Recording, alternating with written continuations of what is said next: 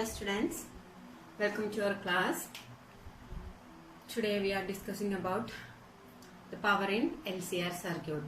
Last class we LCR circuit ഒരു AC voltage supply ചെയ്യുകയാണെങ്കിൽ അവിടുത്തെ കറന്റ്, ഇംപിഡൻസ്, അതേപോലെ റെസൊണൻസ് എല്ലാം ഷാർപ്പ്നെസ് ഓഫ് റെസൊണൻസ് എല്ലാം ഡിസ്കസ് ചെയ്തു.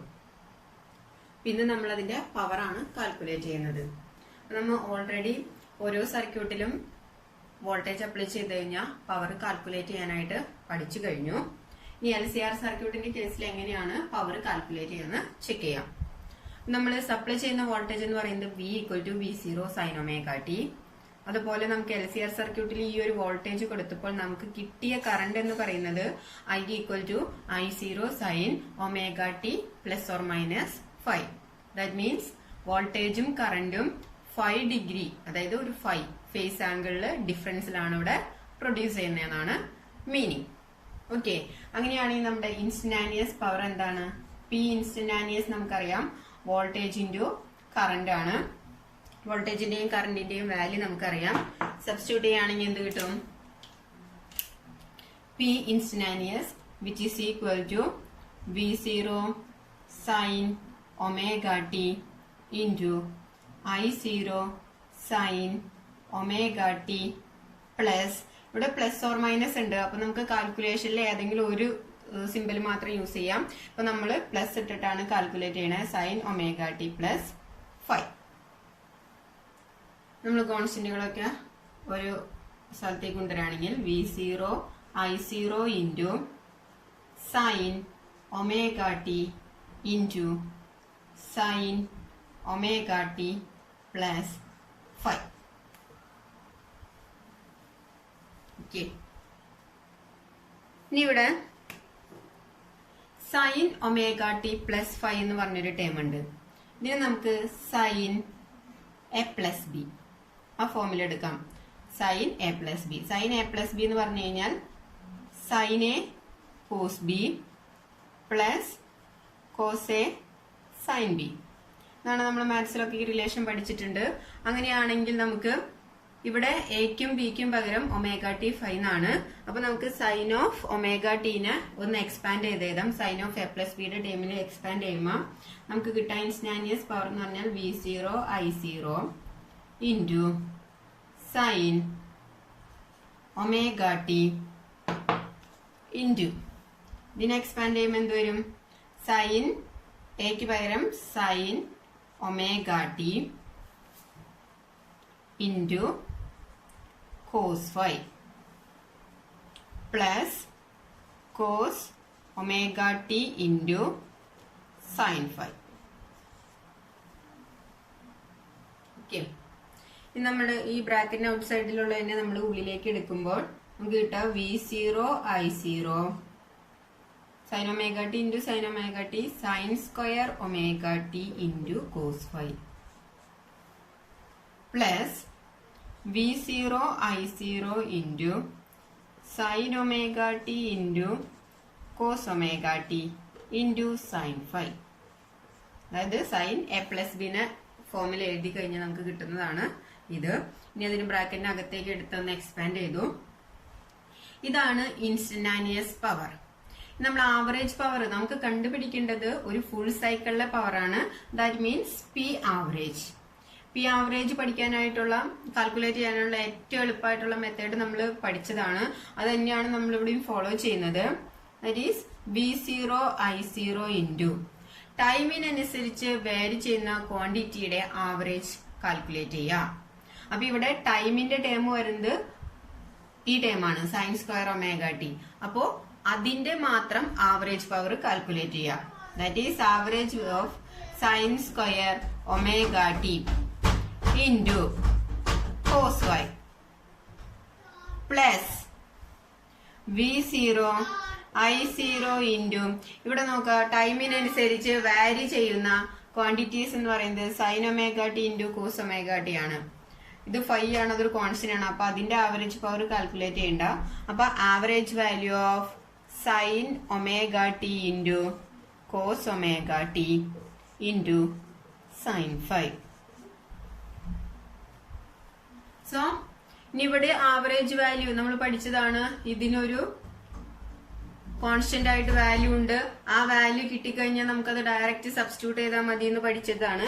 അപ്പോൾ sine square average value of sine square omega t എന്ന് പറയുന്നത് average value of sine square omega t which is equal to 1/2 ആണ്. അതുപോലെ തന്നെ average value of sine omega t into cos omega t എന്ന് പറയുന്നത് നമ്മൾ 0 ആണെന്ന് പഠിച്ചിട്ടുണ്ട്. അത് നമ്മൾ എക്സ്പാൻഡ് ചെയ്യുമ്പോഴാണ് നമുക്ക് 2 കൊണ്ട് മൾട്ടിപ്ലൈ ചെയ്യും ഡിവൈഡ് ചെയ്യുകയും ചെയ്യും. അതിനുശേഷം നമ്മൾ കണ്ടുപിടിക്കുന്ന വാല്യൂ ആണ് average value of sine omega t into cos omega t എന്ന് പറയുന്നത് 0. ഓക്കെ, അപ്പോൾ വാല്യൂ സബ്സ്റ്റിറ്റ്യൂട്ട് ചെയ്യുമ്പോൾ നമുക്ക് കിട്ടാം ആവറേജ് പവർ എന്ന് പറയുന്നത് V0 I0 into sine square omega ടിയുടെ വാല്യൂ 1/2 ആണ് into cos phi plus V0 I0 into 0. That means ഈ ടേം മൊത്തം 0 പോയി. അപ്പൊ ആ ടൈം ഞാൻ ഇവിടെ എഴുതുന്നില്ല. സോ നമുക്ക് കിട്ടുന്ന വാല്യൂ ആവറേജ് പവർ എന്ന് പറയുന്നത് V0 I0/2 into cos phi. ഇനി 2വിനെ ഞാൻ √2 ഇൻറ്റു √2 എന്ന് റെപ്രസെന്റ് ചെയ്യാണ്. That is V0 average power which is equal to V0/√2 into I0/√2 into cos phi. ആ 2വിനെ നമ്മൾ √2 ഇൻറ്റു √2 എന്ന് റെപ്രസെന്റ് ചെയ്തു. ഇനി V0/√2 എന്ന് പറഞ്ഞാൽ എന്താണ്? VRMS ആണ്. ഇൻറ്റു I0/√2 എന്ന് പറഞ്ഞാൽ IRMS ആണ് into cos phi. That is average power of an LCR circuit equal to VRMS into IRMS into cos phi. Clear? ഇനി ഈ ആവറേജ് പവറിനെ പറയുന്ന മറ്റൊരു പേരാണ് ട്രൂ പവർ. അപ്പൊ ഈ ഇക്വേഷൻ നമുക്ക് ഇങ്ങനെ എഴുതാം. പി ആവറേജ് എന്ന് പറയുന്നത് VRMS into IRMS into cos phi. ഈ പി ആവറേജിനെ പറയുന്ന പേരാണ് true power. True power, true power which is equal to ഈ ഒരു പ്രൊഡക്റ്റ്, അതായത് VRMS ഇൻറ്റു IRMS, ഈ ഒരു പ്രൊഡക്റ്റിനെ പറയുന്ന പേരാണ് അപ്പാരന്റ് പവർ. അപ്പാരന്റ് പവർ VRMSന്റെയും IRMSന്റെയും പ്രൊഡക്റ്റിനെ പറയുന്നതാണ് അപ്പാരന്റ് പവർ. ഈ കോസ് ഫൈ എന്ന് പറയുന്നത് നമ്മൾ ഓൾറെഡി അതിനെ കുറിച്ച് ഡിസ്കസ് ചെയ്തതാണ്. കോസ് ഫൈനെ പറയുന്ന പേരാണ് പവർ ഫാക്ടർ. നമ്മള് ഇംപിഡൻസ് ട്രയാങ്കിൾ പറഞ്ഞപ്പോ പറഞ്ഞു കോസ് ഫൈ എന്ന് പറയുന്നത് പവർ ഫാക്ടർ ആണ്. അങ്ങനെയാണെങ്കിൽ ഈ ഇക്വേഷൻ നമുക്ക് ഇങ്ങനെ പറയാം, ട്രൂ പവർ എന്ന് പറയുന്നത് apparent power into power factor. ഇതിൽ നിന്ന് പവർ ഫാക്ടർ എന്ന് പറയുന്നത് power factor which is equal to true power divided by apparent power. അപ്പോൾ പവർ ഫാക്ടർ കാൽക്കുലേറ്റ് ചെയ്യാൻ പറഞ്ഞാൽ ഈ ഇക്വേഷൻ യൂസ് ചെയ്യാം. ട്രൂ പവർ അല്ലെങ്കിൽ average power divided by apparent power, that means VRMS into IRMS. ഒരു LCR സർക്യൂട്ടിന്റെ കേസിൽ power calculate ചെയ്യാൻ പറഞ്ഞാൽ ആവറേജ് പവർ എന്ന് പറയുന്നത് അപ്പാരന്റ് പവറിന്റെയും പവർ ഫാക്ടറിന്റെയും പ്രോഡക്റ്റ് ആണ്. So average power in an LCR circuit എന്ന് പറയുന്നത് VRMS into IRMS cos phi. ഇനി നമ്മൾ രണ്ട് സ്പെഷ്യൽ കേസുകൾ കൺസിഡർ ചെയ്യാണ്. കേസ് 1, അതായത് നമ്മളുടെ സർക്യൂട്ട് പ്യുവർലി റെസിസ്റ്റീവ് ആണെങ്കിൽ, പ്യുവർലി റെസിസ്റ്റീവ്, ദാറ്റ് മീൻസ് നമുക്കറിയാം ആ സർക്യൂട്ടിൽ റെസിസ്റ്റൻസ് മാത്രമേ ഉള്ളൂ എന്ന് വിചാരിക്കും. നമ്മൾ ഓൾറെഡി ഒരു റെസിസ്റ്ററിലേക്ക് AC വോൾട്ടേജ് സപ്ലൈ ചെയ്ത പ്രൊഡ്യൂസ് ചെയ്യുന്ന പവർ ഒക്കെ പഠിച്ചതാണ്. ആ കേസിൽ പവർ നമുക്കറിയാം പി ആവറേജ് എന്ന് പറയുന്നത് റെസിസ്റ്ററിന്റെ കേസിലാണെങ്കിൽ VRMS ഇൻറ്റു IRMS ആണ്. സോ നമുക്ക് ഈ LCR സർക്യൂട്ടിൽ നിന്ന് തന്നെ അതൊന്ന് കണ്ടുപിടിക്കാം. ഓക്കെ, അപ്പൊ ആവറേജ് പവർ എന്ന് പറയുന്നത് VRMS into IRMS into cos phi ആണ്. In the case of LCR circuit purely resistive ആണെങ്കിൽ നമുക്കറിയാം ഈ ഫൈ എന്ന് പറയുന്നത് എന്താണ്? വോൾട്ടേജും കറന്റും തമ്മിലുള്ള ഫേസ് ആംഗിൾ ആണ്. ഇനി റെസിസ്റ്ററിന്റെ കേസിൽ വോൾട്ടേജും കറന്റും സെയിം ഫേസ് ആണ്. ദാറ്റ് മീൻസ് ഫൈ എന്ന് പറയുന്നത് എന്തായിരിക്കും? 0 ആയിരിക്കും. അങ്ങനെയാണെങ്കിൽ നമുക്ക് ആവറേജ് പവർ കാൽക്കുലേറ്റ് ചെയ്യാം. Which is equal to VRMS into IRMS into cos. ഫൈക്ക് പകരം റെസിസ്റ്റീവ് ആകുമ്പോൾ വോൾട്ടേജും കറന്റും same phase. That mean phi equal to 0. That is cos 0. Cos 0യുടെ വാല്യൂ 1 ആണ്. സോ സർക്യൂട്ട് പ്യുവർലി റെസിസ്റ്റീവ് ആണെങ്കിൽ ആവറേജ് പവർ എന്ന് പറയുന്നത് VRMS ഇൻറ്റു IRMS. നമ്മൾ ഓൾറെഡി പഠിച്ചു കഴിഞ്ഞ കേസാണ്. LCR സർക്യൂട്ടിൽ നിന്നും കിട്ടുന്നത് എങ്ങനെയാന്ന് നോക്കുന്നു എന്ന് മാത്രം. ഓക്കെ, ഇനി സെക്കൻഡ് കേസ്. നമ്മൾ റെസിസ്റ്ററിന്റെ കേസാ പഠിച്ചേ. സർക്യൂട്ട് പ്യുവർലി കപ്പാസിറ്റീവ് അല്ലെങ്കിൽ ഇൻഡക്റ്റീവ്. കപ്പാസിറ്റീവ് ഓർ ഇൻഡക്റ്റീവ്, അതായത് സർക്യൂട്ടില് കപ്പാസിറ്റർ അല്ലെങ്കിൽ ഇൻഡക്ടർ, ഈ രണ്ടിൽ ഏതെങ്കിലും ഒന്ന് മാത്രമാണെങ്കിൽ, രണ്ട് കേസ് ഒരുമിച്ചെടുക്കാം. എന്തുകൊണ്ടാന്ന് വെച്ചാൽ നമുക്കറിയാം, കപ്പാസിറ്ററിലേക്ക് ഒരു AC വോൾട്ടേജ് കൊടുത്താലും ഇൻഡക്ടറിലേക്ക് ഒരു AC വോൾട്ടേജ് കൊടുത്താലും അവിടെ വോൾട്ടേജും കറന്റും തമ്മിലുള്ള ഒരു ഫേസ് ആംഗിൾ എന്ന് പറയുന്നത് 90 ആണ്. ഇനി ഇൻഡക്ടറിന്റെ കേസിൽ അത് 90 ഡിഗ്രി ലാഗ് ആണെങ്കിൽ കപ്പാസിറ്ററിന്റെ കേസിൽ അത് 90 ഡിഗ്രി ലീഡാണ്. എന്നിരുന്നാലും ആ ഫേസ് ഡിഫറൻസ് എന്ന് പറയുന്നത് 90 തന്നെയാണ്. അപ്പൊ നമുക്ക് ഇവിടുത്തെ കേസിൽ പറയാം ഫൈ എന്ന് പറയുന്നത് 90 ആണ്. വോൾട്ടേജും കറന്റും തമ്മിലുണ്ടാക്കുന്ന ഫേസ് ഡിഫറൻസ് 90 ആണ്. അങ്ങനെയാണെങ്കിൽ ആവറേജ് പവർ എന്ത് വരും? Which is equal to VRMS into IRMS into cos 90. Cos 90യുടെ വാല്യൂ 0 ആണ്. ദാറ്റ് മീൻസ് ആവറേജ് പവർ എന്ന് പറയുന്നത് ഈ ടൈം 0 വന്നു കഴിഞ്ഞാൽ VRMS into IRMS into 0. That means 0. That is average power in the case of an purely inductive or capacitive circuit ആണെങ്കിൽ 0 ആയിരിക്കും. Okay, ഇനി ഇവിടെ നിന്ന് തന്നെ മറ്റൊരു കാര്യം കൂടി പറയും. ആവറേജ് പവർ 0 എന്ന് പറഞ്ഞാൽ മീനിങ് എന്താണ്? P ആവറേജ് ഈക്വൽ ടു 0 എന്ന് പറഞ്ഞാൽ പവർ നമുക്കറിയാം. പവർ എന്ന് പറഞ്ഞാൽ വർക്ക് ബൈ ടൈം ആണ്. എപ്പോഴാണ് പവർ 0 വരാം? ടൈം ഒരിക്കലും 0 വരില്ല എന്ന് നമുക്കറിയാം. ദാറ്റ് മീൻസ് വർക്ക് എന്ന് പറയുന്നത് 0 ആയിരിക്കും. ശരിയല്ലേ? ഇതിന്റെ മീനിങ് എന്താണ്? ആവറേജ് പവർ അല്ലെങ്കിൽ purely capacitive or inductive circuit ആണെങ്കിൽ ആവറേജ് പവർ 0 എന്ന് പറഞ്ഞാൽ ആ സർക്യൂട്ട് ഒരു വർക്കും അവിടെ ചെയ്യുന്നില്ല, അതല്ലേ? അതായത് P 0 ആവണമെങ്കിൽ W 0 ആവണം. That means doesn't do any work in the case of an purely capacitive or inductive circuit.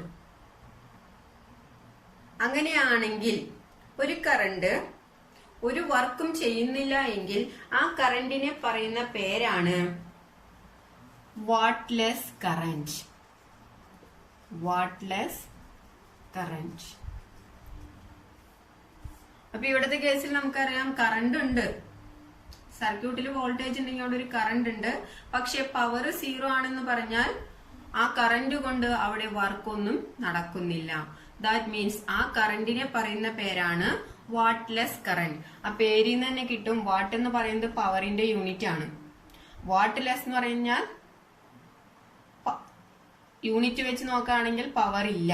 That means work ഇല്ലാത്ത, അതായത് ഒരു കറണ്ട് കൊണ്ട് വർക്ക് ഒന്നും ചെയ്യുന്നില്ല എങ്കിൽ ആ കറന്റിനെ പറയുന്ന പേരാണ് wattless current.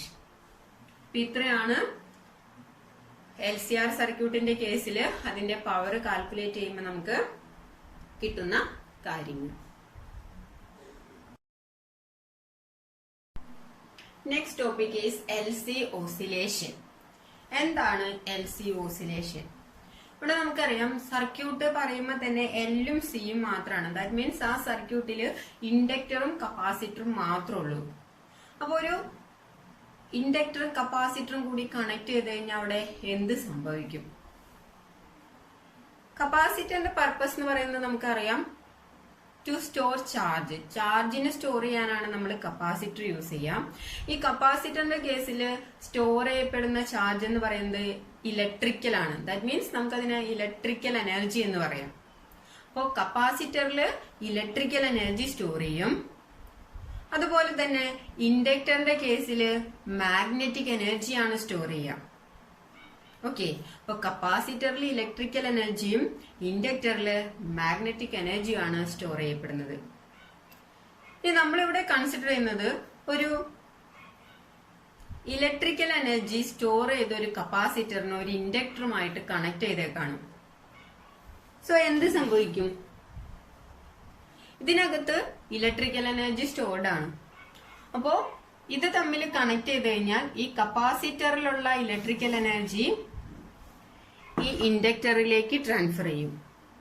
കപ്പാസിറ്ററിലുള്ള electrical energy ഇൻഡക്ടറിലേക്ക് transfer ചെയ്യും.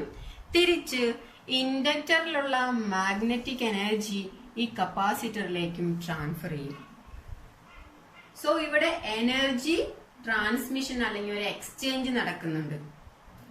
ഇനി എനർജി എങ്ങോട്ടാണ് ഇവിടെ മൂവ് ചെയ്യുന്നത് അല്ലെങ്കിൽ ട്രാൻസ്ഫർ ചെയ്യുന്നത്? മാഗ്നറ്റിക് എനർജി, അതായത് ഇൻഡക്ടറിലുള്ള മാഗ്നറ്റിക് എനർജി കപ്പാസിറ്ററിലേക്കും കപ്പാസിറ്ററിലുള്ള ഇലക്ട്രിക്കൽ എനർജി ഇൻഡക്ടറിലേക്കും ഓസിലേറ്റ് ചെയ്യുന്നു. ദാറ്റ് മീൻസ് ഓസിലേറ്റ് ചെയ്യുന്ന, ഓസിലേഷൻ എന്ന് പറഞ്ഞാൽ നമ്മൾ കഴിഞ്ഞ വർഷം പഠിച്ചിട്ടുള്ളതാണ്. ബാക്കിലേക്കും ഫ്രണ്ടിലേക്കുമുള്ള മൂവ്മെന്റ് ആണ് നമ്മുടെ ഓസിലേഷൻ. അപ്പൊ ഇവിടെയും കപ്പാസിറ്ററിൽ നിന്ന് ഇൻഡക്ടറിലേക്കും ഇൻഡക്ടറിൽ നിന്ന് കപ്പാസിറ്ററിലേക്കും എനർജി ട്രാൻസ്മിറ്റ് ചെയ്യുന്നു പറഞ്ഞു കഴിഞ്ഞാൽ ഇവിടെ എനർജിക്ക് ഓസിലേഷൻ സംഭവിക്കുന്നു. ടു ബാക്ക് ആൻഡ് ഫോർത്ത്, ബാക്കിലേക്കും ഫ്രണ്ടിലേക്കും എനർജി ഓസിലേറ്റ് ചെയ്യുന്നു. This oscillation is known as LC oscillation. അപ്പൊ ഇവിടെ energy back and forth oscillate ചെയ്യുന്നതിനെയാണ് നമ്മൾ LC ഓസിലേഷൻ എന്ന് പറയുന്നത്. സോ അങ്ങനെ LC ഓസിലേഷൻ സംഭവിക്കണമെങ്കിൽ അവിടെ ഒരു ഫ്രീക്വൻസി വേണം. അപ്പൊ എത്രയായിരിക്കും ഇവിടത്തെ ഫ്രീക്വൻസി? നമുക്കൊന്ന് കാൽക്കുലേറ്റ് ചെയ്ത് നോക്കാം. അപ്പൊ ഇവിടുത്തെ കേസിൽ നമുക്കറിയാം നമ്മൾ എക്സ്റ്റേണലി ഒരു വോൾട്ടേജും കൊടുത്തിട്ടില്ല. അപ്പൊ V എന്ന് പറയുന്നത് 0 ആണ്. ദാറ്റ് മീൻസ് ഇൻഡക്ടറിൽ പ്രൊഡ്യൂസ് ചെയ്യുന്ന വോൾട്ടേജിന്റെയും കപ്പാസിറ്ററിൽ പ്രൊഡ്യൂസ് ചെയ്യുന്ന വോൾട്ടേജിന്റെയും സം എന്ന് പറയുന്നത് 0 ആണ്. ഇനി ഈ ഒരു ഇൻഡക്ടറിൽ പ്രൊഡ്യൂസ് ചെയ്യുന്ന വോൾട്ടേജ് അല്ലെങ്കിൽ EMF നമ്മൾ പഠിച്ചിട്ടുണ്ട്. Induced EMF in the case of N inductor എന്ന് പറയുന്നത് എന്താണ്? L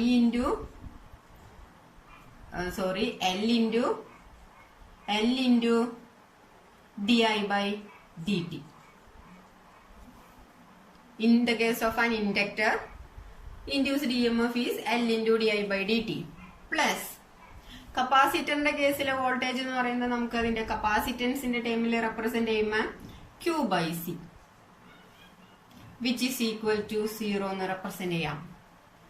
ഇനി ഈ ഒരു ഇക്വേഷനെ സോൾവ് ചെയ്യണമെങ്കിൽ നമുക്കറിയാം ആദ്യത്തെ ടേം L into di/dt, രണ്ടാമത്തെ ടേം Q/C ആണ്. അപ്പൊ നമുക്ക് ഒരേ ടേമിൽ കൊണ്ടുവന്നാൽ മാത്രമേ ഇതിനെ സോൾവ് ചെയ്യാൻ പറ്റുള്ളൂ. I എന്ന് പറയുന്നത് നമുക്കറിയാം dQ/dt ആണ്. Rate of flow of charge is known as current. So ഐനെ നമുക്ക് dQ/dt എന്ന് റെപ്രസെന്റ് ചെയ്യാം. ഇനി ഐയുടെ വാല്യൂ ഈ ഇക്വേഷനിൽ കൊണ്ട് സബ്സ്റ്റിറ്റ്യൂട്ട് ചെയ്യാം. So we get L into d/dt of ഐക്ക് പകരം dQ/dt plus Q/C which is equal to 0. That is L into d/dt of d/dt എന്ന് പറഞ്ഞു കഴിഞ്ഞാൽ d square Q/dt square plus Q/C which is equal to 0. ഇതൊരു second derivative equation ആണ്. d സ്ക്വയറിന്റെ ടേമിലാണ്. അപ്പൊ ഇതിന് മുമ്പിലുള്ള ടേം കളയാൻ ആ ഒരു ടേം കൊണ്ട് ഈ ഒരു ഇക്വേഷനെ ത്രൂ ഔട്ട് ഡിവൈഡ് ചെയ്യാം. അപ്പൊ നമുക്ക് കിട്ടുന്നത് ഒരു divided by L. That means d square Q/dt square plus Q/LC which is equal to 0. ഇപ്പൊ ഇതൊരു സെക്കൻഡ് ഓർഡർ ഡിഫറൻഷ്യൽ ഇക്വേഷൻ ആയി. ഇനി ഈ ഇക്വേഷനെ നമ്മൾ ഒന്ന് നോക്കുകയാണെങ്കിൽ ഇതൊരു സെക്കൻഡ് ഓർഡർ ഡിഫറൻഷ്യൽ ഇക്വേഷൻ ആയി. ഈ സെക്കൻഡ് ഓർഡർ ഡിഫറൻഷ്യൽ ഇക്വേഷൻ കഴിഞ്ഞ വർഷം നമ്മളൊരു സിമ്പിൾ ഹാർമോണിക് ഇക്വേഷൻ പഠിച്ചിട്ടുണ്ട്. That is d square x by dt square plus omega square x which is equal to 0. ഇത് ഏകദേശം ഈ ഫോമിൽ തന്നെയാണ്. ഇതും simple harmonic motion second order differential equation ആണ്. നമുക്ക് കിട്ടിയിരിക്കുന്ന ഇക്വേഷനും സെക്കൻഡ് ഓർഡർ ഡിഫറൻഷ്യൽ ഇക്വേഷൻ ആണ്. സോ നമ്മൾ ഇതിനെ കമ്പയർ ചെയ്യുമ്പോൾ ഡി സ്ക്വയർ എക്സ്, എക്സിന് പകരം ഇവിടെ ക്യൂവിന്റെ ടേമിലാണ് മാത്രം. D square x by d t സ്ക്വയറിന് പകരം d square q by d t square. ഇനി എക്സിന്റെ കൂടെ ഇവിടെ ഒമേഗ സ്ക്വയർ ഉണ്ട്, ഇവിടെ എക്സിന്റെ കൂടെ 1/LC. സോ ഈ രണ്ട് ഇക്വേഷൻ കമ്പയർ ചെയ്യുമ്പോൾ നമുക്ക് കിട്ടാം omega square which is equal to 1/LC. Clear? ഇതിൽ നിന്ന് ഒമേഗ എന്ത് കിട്ടും? Which is equal to angular frequency omega എന്ന് പറയുന്നത് സ്ക്വയർ റൂട്ട് ഓഫ് 1/LC. ഇനി ഈ ഒമേഗയ്ക്ക് നമ്മൾ ഫ്രീക്വൻസി ആണ് കാൽക്കുലേറ്റ് ചെയ്യാൻ പോകുന്നത്. ഇത് ആംഗുലർ ഫ്രീക്വൻസി ആണ്. അപ്പൊ ഒമേഗ എന്ന് പറയുന്നത് 2πf ആണ് നമുക്കറിയാം. So 2πf which is equal to 1/√LC and f equal to 1/2π√LC. ഇതാണ് നമ്മളുടെ ഓസിലേഷൻ, LC ഓസിലേഷൻ ഫ്രീക്വൻസി എന്ന് പറയുന്നത്. f equal to 1/2π√LC. ഈ ഒരു ഇക്വേഷൻ നമ്മൾ മുമ്പും പഠിച്ചിട്ടുണ്ട്. In the case of an resonant frequency, resonant ഫ്രീക്വൻസിയും 1/2π√LC ആണ്. അപ്പോൾ LC ഓസിലേഷൻ ഫ്രീക്വൻസി എന്ന് പറയുന്നതും റെസൊണന്റ് ഫ്രീക്വൻസി എന്ന് പറയുന്നത് ഒന്ന് തന്നെയാണ്. f equal to 1/2π√LC. I think this topic is clear for you.